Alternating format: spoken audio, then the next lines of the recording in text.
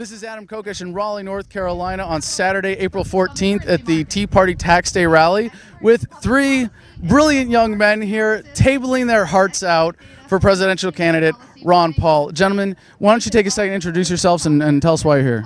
Well, I'm Jason Voluntarist. I'm a student at NC State, and I'm out here to talk to people about the message of Ron Paul, the message of individual liberty, human decision-making, and just respecting other people's rights. My name is Ryan Vest. I also go to North Carolina State. I'm the president of Youth for Paul on that campus, and I'm just out here to tell everyone how bad their ideas are. My name is Tyler Anastasi. I live in Wake Forest. I'm here to spread the message of Ron Paul and the message of voluntarism. Just how bad are their ideas here? Some of them pretty bad. I mean, I know you got some footage with George Hutchins, who possibly has the worst ideas of all of them, but the varying degrees of bad, pretty much, you know. So being here, being at a Tea Party rally, do you think that your role is like reaching out to an outside group of people that are outside of the freedom movement, or that you guys are here as part of the Tea Party movement trying to direct it to a particular cause and share your particular ideas? I think it's a little bit of both. I mean, a lot of people here are very conducive to the ideas we have. They may not understand them completely. So I guess our job is to try to take this kind of misguided angst against government and channel it into the ideas of liberty, and show them that Ron Paul is the only one who represents those ideas, the ideas that they want. They want limited government, and Ron Paul is the only one who's consistent on this. So we're just trying to show them that a lot of the misconceptions they have about Ron Paul from the media, I mean, we're trying to break those down and say that he really is the choice of anyone who cares about limited government and personal responsibility. So I know it's not much of a crowd here today, but how have you been received by the crowd? Well, actually, we've been received fairly well. I mean, it's been a mix. People have a mix of different ideas, but there's definitely a significant contingent of people here that are amenable to the ideas of free markets. They're amenable to the ideas of smaller government. And, I mean, they're interested in having a discussion. You get people that come out to an event like this, and just by being out here, they're more interested in talking about serious ideas than, the average person. So they want to hear what people have to say. Now, Newt Gingrich is going to be here shortly. Do you think there's a sense of excitement here? I mean, I don't feel it. There's still like maybe 150 people here, maybe 150. Well, that's a lot for Newt. That's a lot for Newt. For Newt, that's not bad. That's pretty good.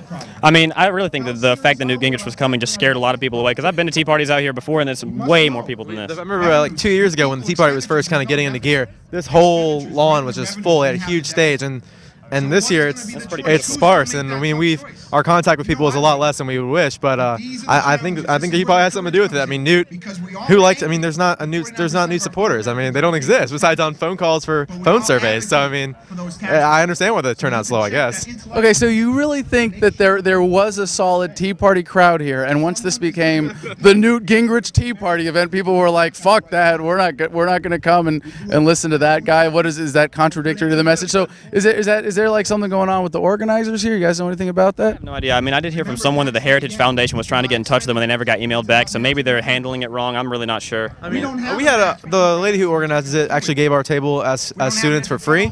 So I mean, we have to be pretty appreciative for that. So they've been pretty decent with that, and they're very receptive to having us here. So it's not that I don't know the specifics of their organization, but for us at least, they've been very fair. And it seems like in general that the Tea Party is at least in still somewhat slight contrast, although there's a lot of overlap with the Republican establishment, more open to a better conversation, to including different perspectives.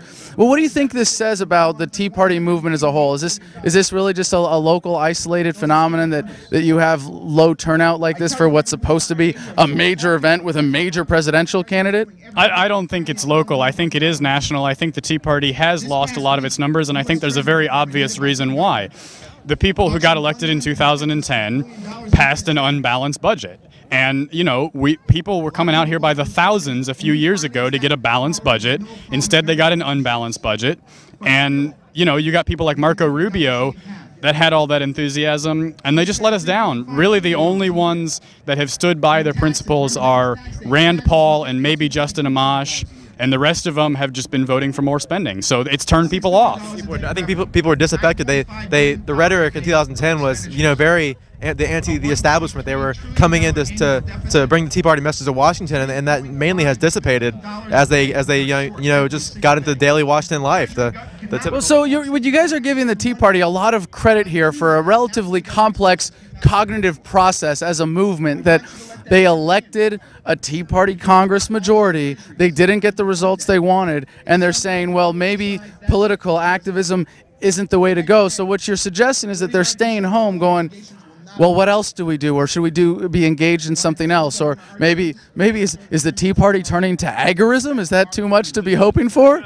Well, I do think people may be looking more at the local level. After the 2010 elections, we did have a lot of things going on here in Wake County with the school board, a lot of discussion about the idea of more school choice. So I don't know about agorism per se, but I do think that people have kind of gotten disaffected with their federal politicians and said, what else can we do that isn't that? So at least the Tea Party, you get a sense nationally, is feeling a sense of futility. Yeah?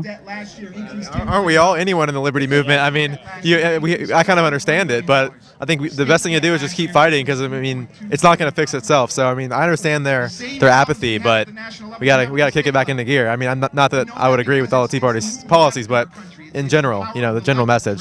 Well, if not reviving the Tea Party, hopefully the presence of Ron Paul supporters like yourselves can present other means of activism and wake people up to some of the deeper truths that we've been privileged to know as a result of coming to the message of Ron Paul. So, gentlemen, thank you very much. Keep up the good work, and best of luck working out, reaching out to this crowd here in Raleigh. Thank you. I need your help, ladies and gentlemen.